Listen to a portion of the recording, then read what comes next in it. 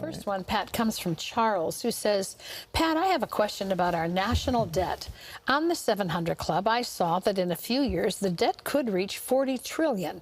My question is, who do we owe money to? No one really gives any details. Would you please explain who we're in debt to and what happens if we can't pay?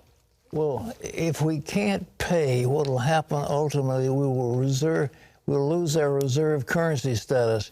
Right now, the world economy revolves around the American dollar, and therefore our Federal Reserve has the power to just issue more money, and they buy bonds from the government, and they can build up all kinds of debt. But what happens when we run out of creditors? We lose our reserve currency status, and then the next thing is a default on our debt.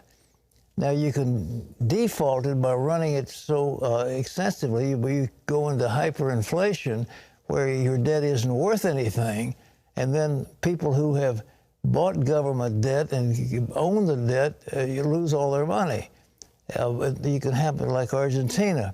You can default on your debt, and when you do that, you're put into terrible poverty.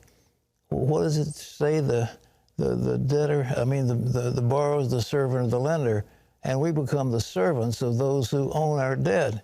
But the idea that we owe it to ourselves is nonsense, because sooner or later, that debt, it's owed to China, it's owed to Japan, it's owed all over the world that hold our debt. And when it happens, it's going to bring chaos. You cannot imagine the suffering that will take place. The same thing happened in Weimar Germany, when they had hyperinflation and people were starving to death. That will happen when that debt continues to grow, all right? Thanks so much for watching. You can help provide medical care, clean water, humanitarian aid, and a message of hope to those who need it most. Join our CBN family today. Simply click the link below in the description box.